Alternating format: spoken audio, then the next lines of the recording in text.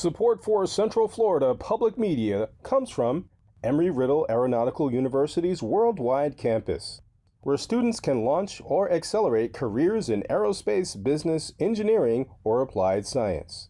More at erau.edu/ww. I'm Sharon Stone. This is Engage. In late June, the Centers for Disease Control and Prevention confirmed a multi-state outbreak of cyclosporiasis, a parasitic infection that results in excessive and prolonged diarrhea. On Tuesday, the CDC reported that the outbreak has grown to more than 10,000 confirmed cases and another 12,000 probable cases across the United States. So far, 2 deaths have been reported in Michigan linked to the cyclosporiasis outbreak. Today, the Florida Department of Health reported 340 cases recorded since June 1st, 88 in the last week. 25 of those cyclosporiasis cases are in Orange County. 11 cases are being reported in both Volusia and Seminole counties, 10 in Polk, and 8 in Osceola County. The outbreak has been traced to bagged shredded lettuce distributed by restaurants and supermarkets by Taylor Farms, a global supplier of prepared vegetable products. This particular batch was traced to a growing operation in Mexico. Daniel Egan is an infectious disease physician with Orlando Health. We asked him about what makes cyclosporiasis different than your run-of-the-mill stomach bug. So there's 2 parts to that. So on one is the delay. So a lot of infections kind of show up differently or at different time sets.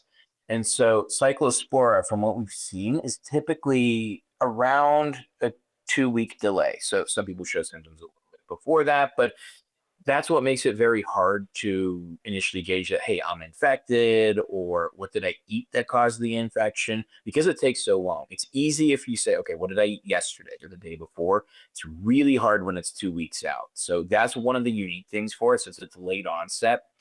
And then each one, there's some that cause bloody bowel movements. There's some that are watery bowel movements. This one seems to be more on the side of just very profuse diarrhea, not so much bloody, and a lot of gas and bloating and abdominal pain with it too. But yeah, the hard part for this whole thing is just purely the delay in symptom onset. Why the delay? People who have experienced food poisoning usually know that, 12 to 24-hour turnaround. What's causing that extensive of a delay? Yeah, so it's based on the organisms. So the ones that show up really fast, so we're talking within a few hours of eating, usually that's due to preformed toxins. So Staph aureus is a bacteria, so it can make a toxin, and then people get symptoms very quickly because it's not so much the organism, but it was the toxin that the organism makes. And so different organisms can kind of replicate differently. Some aren't toxin based. And so for cyclospora, with it being a parasite, is that it takes time for it to replicate. And it's that kind of delay in replication that then causes the symptoms to show up a little later. So for a person experiencing some of these symptoms, how do they know that this is something that requires medical attention as opposed to that bug that might pass in 12 to 24 hours? Yeah, so part of it is the persistence. So at the very beginning, it might be hard to tell the difference between them. But that's where it's like, if it's not getting better, within 1 or 2 days, that's where it's important to get checked out for it, because we do have testing available for cyclospora. But in general, there's basically full panels that look for different infections. And so I know that's one that's on everyone's mind, but we still have E. coli around there, Salmonella, Shigella. So these testings can look for all of them. And so that includes cyclospora in there. And so that's one of the big things, is that it's important to get testing. If it's still there after 1-2 days and it's kind of getting troublesome, that's the time to get it checked out. And each diarrhea or diarrheal infection is different, because there's some that you do not treat because it can cause a lot of trouble, and so it gets better over time, or just with hydration. There's some that you do need to treat. And so it's very unique and very based on the organism. And cyclospora is one of those ones that, hey, if you see it, you treat it. But that's why it's important to get to that diagnosis, because there's some that can actually cause a lot more trouble if you actually give antibiotics for it. Treatment's required? This isn't something that'll just cycle itself out naturally? Typically, yeah, treatment's recommended for it. Now, people could potentially get better on their own, but the problem is with the delay in onset, and then just how tricky it is typically we do recommend treatment for it with antibiotics. But like with anything, it could potentially get better on its own. But still, it's something that even hearing about those 2 deaths is that it's important that it is treatable with antibiotics. So that's one of the major things for it. But not all diarrheas are like that. And as far as transmission is concerned, it's transmitted through fecal contamination, no other way? So no, so it's technically fecal contamination, but not person to person, I guess, if that makes sense. So it's weird. So because it takes a while for the parasite to mature, is that it's very hard for it to jump from person to person. So typically, what would happen is it goes from fecal contamination, not washing hands, that gets onto food supplies, leafy greens, and then parasite matures, and then it's from that food supply or that area to then cause infection. Another way, though, is that theoretically it could spread through, you could say, like swimming pools or public pools, and it's because it's one of the few organisms that can resist chlorine. So chlorine kills most things, Salmonella, E. coli, but Cyclospora is that one exception to the rule where it can actually survive in that environment. So that's one of the theoreticals where it could even spread through, say, like a public pool, and someone's got Cyclospora. That's another potential way, but it's very similar where it takes time for the parasite to mature, so it's a more delayed onset. But there's other kinds of infections where it spreads much more rapidly, like directly person to person. But usually it's from person to some intermediate area, whether food or water, and then to the next person. We're talking about the Cyclosporiasis outbreak with Dr. Daniel Egan, an infectious diseases physician with Orlando Health. Are you concerned by the nature of this particular community in that we have a proliferation of restaurants, and we know that the vector for this came from restaurant-supplied lettuce, and you've got a lot of pools, you've got water parks, it's part of the tourism and hospitality industry of the area. Does that make places like Orlando or a place like Las Vegas particularly concerning? It's one of the ones where it makes us just keep a very close eye out and a large awareness of the outbreaks that these happen. Because just like you said, Orlando particularly is unique because we get a lot of travelers and a lot of tourists. And so even though, let's say, an infection is reported in another state, is that we still have to keep a watchful eye because those people are traveling over the summer here. But that's with any infection for it. The hard part for this one is just always keeping like a watchful eye because of the delay. So it says, hey, if somebody reports it, we have to be very careful and keeping a close watch and doing diligent testing and kind of assessing people for symptoms for it. But that's kind of a unique thing for Orlando, is that we're always on a close watch whenever there's an outbreak or any kind of cluster of cases somewhere, as we always keep a watchful eye because those people travel all the time. And we see it with a lot of different things too, where diseases that aren't, I guess you'd say, normal or aren't expected in Florida, we still see them and treat them because we have people traveling here all the time. And at this point, as a preventative measure, should people still be wary about the leafy greens, the bagged lettuce that they consume? What would you recommend? Yeah, I would still be more aware of it right now. It's mainly because this thing might take a while to kind of even get to more specifics. So, like, is it a certain kind of selection of things? So it takes time to really kind of hammer down as to exactly which area it's at from there. But I would still wait because the hard part is just the delay. So if something breaks out very quickly, like, 12 hours, that's kind of easy to track and trace and lock it down. But whenever anything's delayed like this with like a 2 week symptom onset, that's gonna take a while to resolve from there too. And that's where it's a whole massive undertaking just to kind of get to that more close tracing. So for the time being, I would still be more vigilant for it. But hopefully, as we get further and further out, it should get easier. But yeah, for the time being, I would still be vigilant for leafy greens. Are you personally changing any of your eating habits because of this? For the time being, I am. So I'm trying to stay away from it as much as I can. But at the end of the day, it kind of comes down to kind of waiting to see how things are going, how many cases are showing up, because it's very hard in general to just avoid a very broad food supply from them.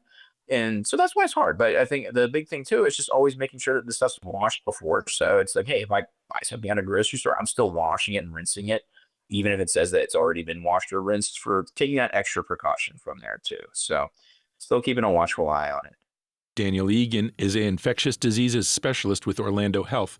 Orlando Health is a sponsor of Central Florida Public Media, but our news coverage remains independent and free of influence.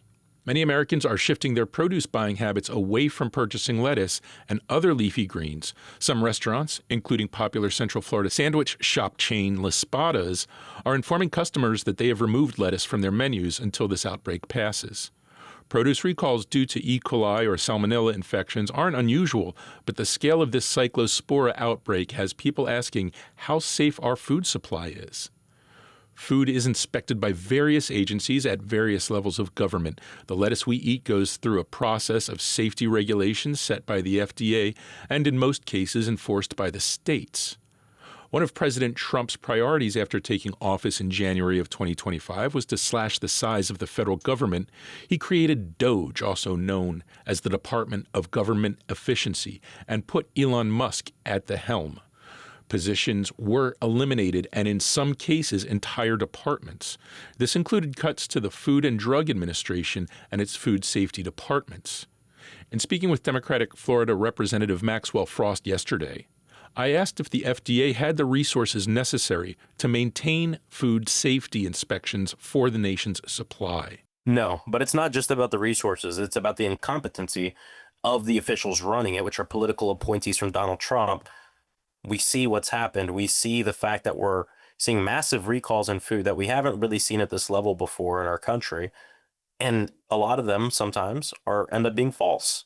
This is what happens when we don't invest in basic science. This is what happens when we don't invest in these agencies. Andrew Johnson is an associate lecturer of supply chain and operations management with UCF's Miller College of Business. He describes the path lettuce takes from the ground to your table. It goes obviously from the farm, it's harvested, then it's going to be washed and packed at these big distributing facilities, whether it's a Cisco, U.S. Foods, Performance Food Group, McLean. They do a lot of quick service restaurants, but a lot of these go through these wholesalers. You know, as far as once it's washed, it's packed, and it's gone through, as far as those safety mechanisms there at those facilities, then it goes into a cold storage. And specifically for iceberg lettuce, that needs to be between 34 and 38 degrees Fahrenheit. So goes into a cold storage, and then it's going to be transported, and it's going to be transported still with that temperature control.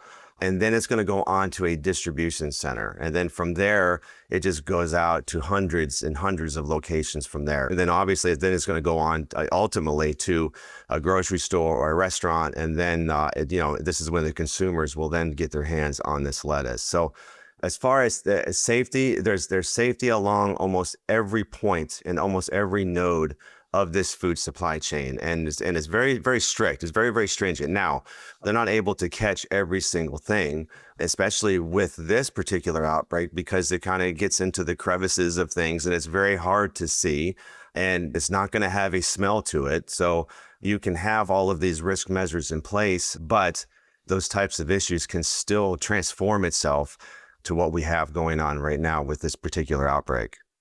We see on a pretty regular basis much smaller outbreaks. We see recalls, nothing of this scale.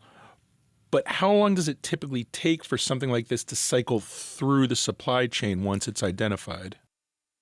Well, once it's identified, and this is the difference between a food supply chain and a product supply chain. So think whether fashion industry or electronics.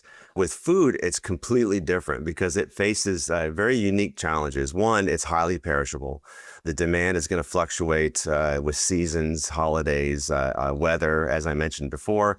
And obviously, food safety is going to be paramount with this. Strict temperature control, regulations are going to be extensive. And then coming to your question, traceability. So traceability is something that's not a luxury in the food supply chain. It is absolutely essential that we have traceability. So what that means is that they know the farm location. We know the harvest dates. We know where it was processed, where it was washed, where it was packed.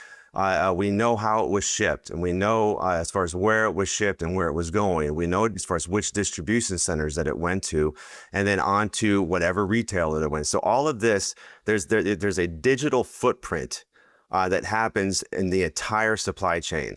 And then as far as how they do that with technology, it's done by barcodes, QR codes, electronic records, electronic data interchange, RFID tags as far as radio frequency identifiers. Sometimes it'll be on the product itself, but as far as in the bag, but it'll definitely be on the case of, again, speaking of iceberg lettuce, it'll be on that case. And that is why we're able to have that real-time visibility. So where it used to take weeks and weeks as far as to figure out and trace back, we're able to see this pretty much instantaneously and be able to then focus on just where it came from. Instead of having a blanket recall for iceberg lettuce, and again, not knowing if it was Taylor Farms, it was coming from another grower, we're able to know very, very quickly where it came from. And then it's all about communication from that point, as far as communicating out to the public, communicating this out to the retailers, the grocery stores. And then it's really up to the grocery stores and their regulations and their processes that they have in place as far as to be able to take it off the shelves immediately. So having the ability to pinpoint product like that using QR codes and barcodes, what caused this particular outbreak to spread as much as it has? So the issue with this, and it's kind of a double-edged sword, really. The product, is speaking particularly of lettuce, it goes into a centralized distribution network. So that's why it can go out to the general public so fast. So centralized sourcing, it means that contamination can spread quickly. As far as the effects don't take place until like a week later. So just imagine the lettuce is already in every state at that point, because, just think of transportation going from California or Arizona to Florida, 2 or 3 days, right? So it is already, in every Publix, it's already in every Walmart, Target, all these other retailers. But again, the double-edged sword with this is that, yes, the centralized sourcing, centralized distribution is paramount to be able to meet that demand. But even with that, we have those digital records. We have the traceback, being able to investigate that and having a coordinated type of recalls, enabling these regulators and companies to identify these suspected sources. We are speaking with Andrew Johnson, Associate Lecturer of Supply Chain and Operations Management with UCF's Miller College of Business. The other element to this is the fickle American consumer. And regardless of what the facts may bring, people still get kind of edgy about this. How do you restore that kind of faith, even if the supply chain is restored and all those checks are checked? You still have to convince Americans that this is okay. You can go to Taco Bell and get a grande burrito without any fear. Part of the security that comes with being an American is faith in the security of our food supply. What happens if that faith is compromised? Well, not just with consumers. I mean, you brought up a really good point. It's companies as well. I mean, so what happens is, and it's human nature, we hear iceberg lettuce and we think it's all of iceberg lettuce. And that's not necessarily the case. So Taco Bell specifically gets their iceberg lettuce from one primary source, which is Taylor Farms. But again, going through Cisco, going through US Foods, they are able to then go through other large growers to be able to get that iceberg lettuce. But consumers don't know that. They're not expected to know that we have all of these various different suppliers that, yes, we have a little blip in the system right now, but it's going to quickly change. But what it does in the interim is that it hurts thousands of companies. Going to your sandwich shop example, and it's obviously with thousands of consumers, the mentality is it's iceberg lettuce and it's everything. So I am not going to eat as far as any sandwiches, any salads, but you have to have the communication from these companies. But does everyone receive that communication? As far as every news channel, they should be posting that we're going through this issue right now, but have no fear. We have other suppliers other than Taylor Farms.